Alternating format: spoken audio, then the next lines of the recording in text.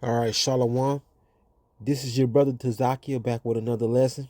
Lord willing, is quick, edifying, and to the point. First and foremost, I would like to give our praise and glory to the Alahayim, the Most High Yahweh, by Hashem Yahweh Shai, by Hashem Rakakadash. Yahweh is the name of the Heavenly Father, which means He exists, He lives, and Yahweh Shai is the name of His only begotten Son, which means He saves, the Deliverer. I would also like to give double honors to the elders, apostles, and prophets out of Great Millstone who rule well and teach well. And peace and shalom to the elect out there. All right, we're going to go to a lesson about so-called against the Esau Edom, the so-called Edomites. We already pretty much know who they are. As the world, as we've been talking about them, all different camps talk about them now. But some of the camps don't teach the 100% truth. So we're going to get right into it. We're going to start at Job 30. And we're going to read 1 down to verse 8. And it reads, Job's present state is humiliating. And verse 1, but now they that are younger than I have me in derision, whose fathers I would have disdained to have set with the dogs of my flock. So you notice Job talking about Esau Edom right now. He already saying they not even worthy to run with his sheepdogs. Yea, whereto might the strength of their hands profit me, in whom old age was perished. For want and famine they were solitary, fleeing into the wilderness in former time, desolate and waste, who cut up mallows by the bushes and juniper roots for their meat. They were driven forth from among men. They cried after them as after a thief, to dwell in the cliffs of the valleys, and caves of the earth, and in the rocks. Among the bushes they brayed, under the nettles they were gathered together. They were children of fools, yeah, children of base men. They were valor than the earth. See, like I said, it's talking about Esau Edom based off their dwelling, as mentioned in verse 6.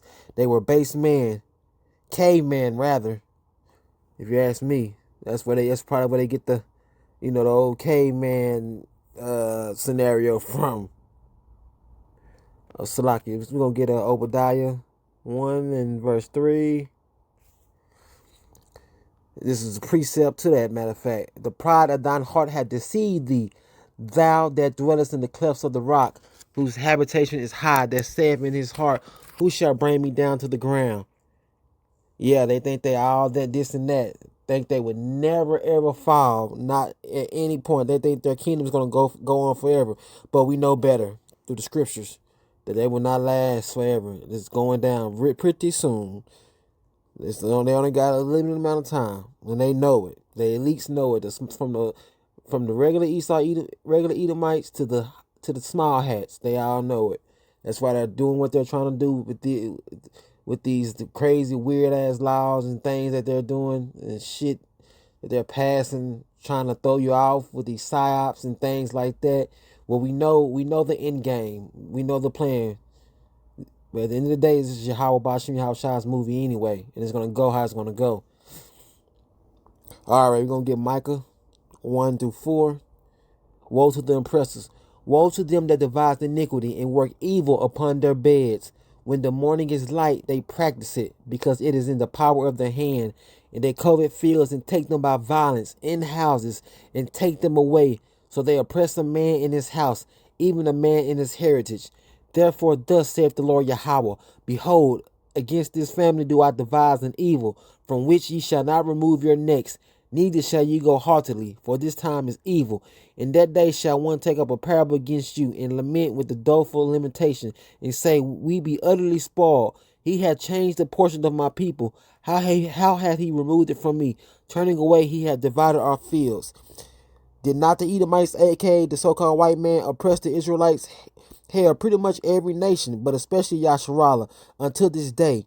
We are not free in America, Babylon the Great. Contrary to what we may think, we're still in bondage. Look at the shit we gotta go through every day. The job, getting fired from jobs, and then the shit we gotta go through with our women.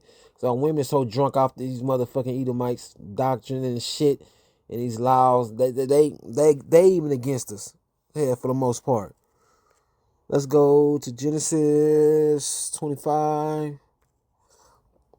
And we're going to go down to 30.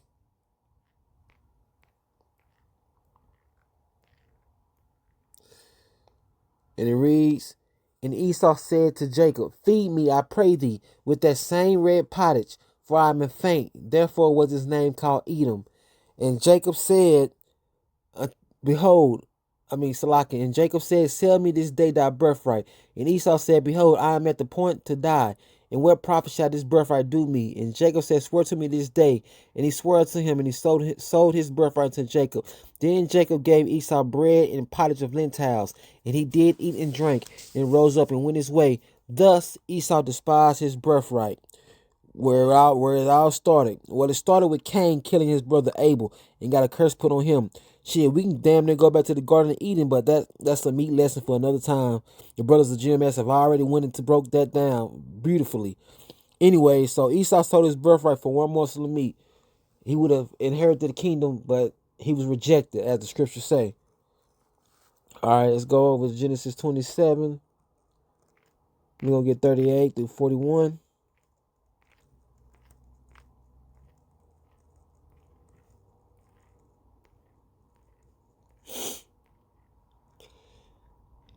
And right here, Esau pretty much pleading with his father. And Esau said unto his father, hast thou one blessing, my father? Bless me, even me also, O my father. And Esau lifted up his voice and wept. And Isaac his father answered and said unto him, behold, thy dwelling shall be the fatness of the earth, and of the dew of heaven from above. And by thy sword shalt thou live, and shalt serve thy brother. And it shall come to pass, when thou shalt have the dominion, that thou shalt break his yoke from off thy neck. And Esau hated Jacob because of the blessing whereof his father blessed him. And Esau said in his heart, the days of my mourning for my father are at hand. Then will I slay my brother Jacob. See, Esau cried for a blessing. So his father Isaac blessed him with the sword. And that's how he got the riches he have now. Through rape, robbery, and murder. That's why they hate us so much. It's spiritual hatred, man. Going back to the blessing. His time is almost up and he knows it. Yes, he knows it. That's why they're doing all that they can to get this new world order to jump off, and this mark of the beast to make that mandatory. We know that's coming down the pipeline as well. We're gonna keep talking about it until it happens, until the family of the word comes, and it is what it is. Prophecy. All right, we're gonna get Ezekiel 35, and it reads, it says at the top, prophecy against Mount Seir. Moreover, the word of the Lord came unto me, saying, Son of man, set thy face against Mount Seir, and prophesy against it, and say unto it, Thus saith the Lord Yahweh, Behold, O Mount Seir, I am against thee, and I will stretch out my hand against thee, and I will make thee most desolate. I will lay thy cities waste, and thou shalt be desolate, and thou shalt know that I am the Lord Yahweh, because thou hast had a perpetual hatred, and hast shed the blood of the children of Israel by the force of the sword in the time of their calamity, in the time that their iniquity had an end. See, iniquity had an end, and they still chose to keep on oppressing us and killing us. Therefore, as I live, saith the Lord Yahweh, I will prepare thee unto blood, and blood shall pursue thee. Sit thou hast not hated blood, even blood shall pursue thee. Thus will I make Mount Seir most desolate, and cut off from it him that passeth out, and him that returneth. And I will fill his mountains with his slain man. In thy hills and in thy valleys, and in all thy rivers shall they fall that are slain with the sword. I will make thee perpetual desolations, and thy cities shall not return, and ye shall know that I am the Lord Yahweh. Let's go down a little bit. Let's get 15. As thou didst rejoice at the inheritance of the house of Israel, because it was desolate, so will I do unto thee. Thou shalt be desolate, O Mount Seir, in all Idumea, even all of it, and they shall know that I am the Lord. That's what the prophets are doing, prophesying that this devil's end of his rule of Yasharallah, and they end the nations. The other nations will be ruled over by us as well, but Esau will get it worse. Total domination and total destruction. They're going to be in hardcore bondage for 1,000 years, and once they build up the kingdom, they're going to get destroyed, all of them.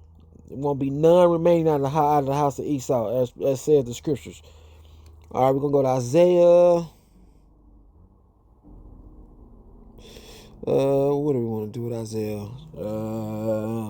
Let's do 34. We're going to read 5 through 6.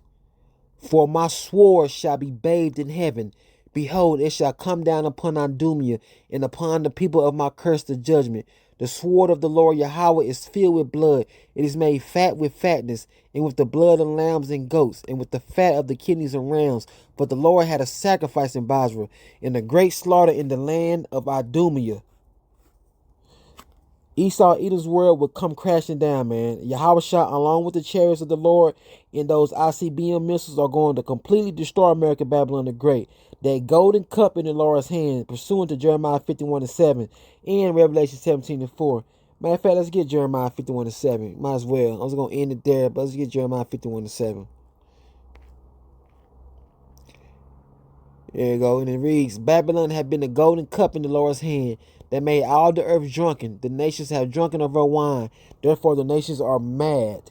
And to finish it off, we're going to go ahead and get Revelation as well. Read the precept. Revelation 17:4. And the woman was arrayed in purple and scarlet color, and decked with gold and precious stones and pearls, having a golden cup in her hand, full of abominations, the filthiness of her fornication. And upon her head, upon her forehead, Salakia, was a name written, Mystery Babylon the Great, the mother of harlots and abominations of the earth. It's no longer a mystery. We know, pursuant to the scriptures and pursuant to the times, that America is the Babylon the Great, that great whore, who are to be destroyed very soon. Lord willing, you were edified. Again, to the next time, I would like to say shalom.